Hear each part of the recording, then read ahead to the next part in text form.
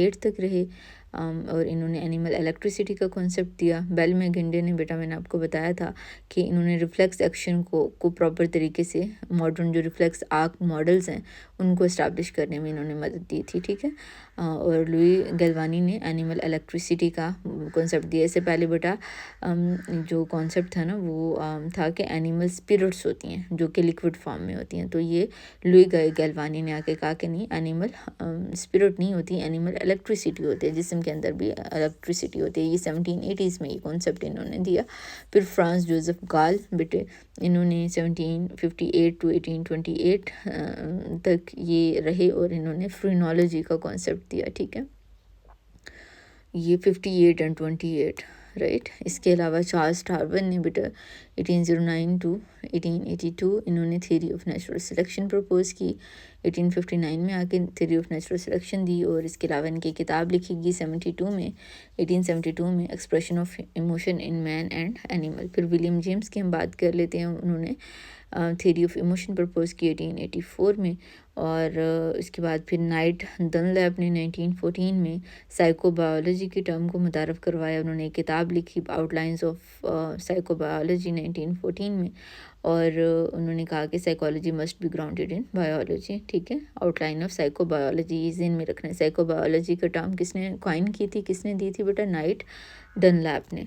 इसके अलावा neuron doctrine बेटा रेमन कैजल ने बेटा, सेंटियागो रेमन कैजल, इन्होंने 1890s में ये कॉन्सेप्ट मुतारफ़ करवाया, ठीक है। और इन्होंने रेटिकुलर थ्योरी को प्रपोज किया। रेटिकुलर थ्योरी मैंने आपको क्या बताया था कि हमारा दिमाग ओवरऑल एक वेब की तरह होता है और उसकी सब कंपोनेंट्स नहीं होते। लेकिन आगे रेमन कैजल ने कहा कि नहीं, हमारे दिमाग वेब की तरह नहीं होता बल्कि इसके अंदर न्यूरॉन्स मौजूद होते हैं। नेचर नर्चर का बेटा मैंने बताया, नेचर में फ्रांसिस गैल्टन जिन्होंने हेरिडिटी स्टडीज़ की।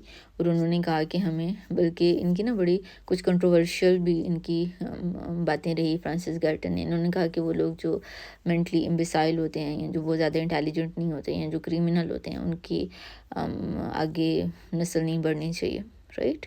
सिर्फ जो इंटेलिजेंट लोग हैं उनकी नस्ल आगे बढ़नी चाहिए। तो ये इन्होंने ना इस तरह के कुछ कॉन्सेप्ट्स दिए थे।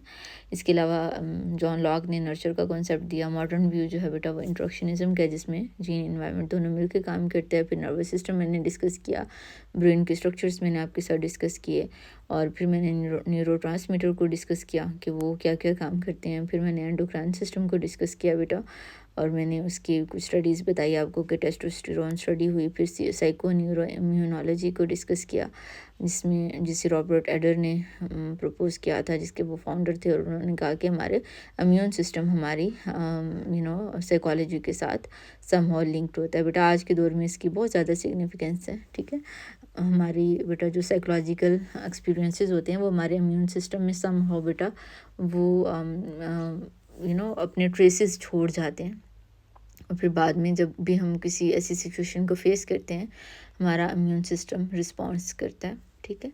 तो ये आपकी बॉडी में ट्रेसेस रह जाते हैं। कोई भी चीज़ जो आप एक्सपीरियंस करते हो, फेस करते हो, उसकी वो ख़त्म नहीं हो जाती चीज़। मैकडोगल की इंस्टिंक्ट थ्योरी बेटा उसके बाद मैंने डिस्कस की, जिसमें ये बात की गई कि हमारा बिहेवियर हमारे इनहेरिटेड इंस्टिंक्ट्स कंट्रोल करती हैं। और फिर स्ट्रेंथ बेटा हमने देखी, बायोलॉजिकल अप्रोच की। और फिर उसके बाद लिमिटेशंस देखी, बायोलॉजिकल अप्रोच की। और एंड पे ये बेटा इसका कंक्लूजन है।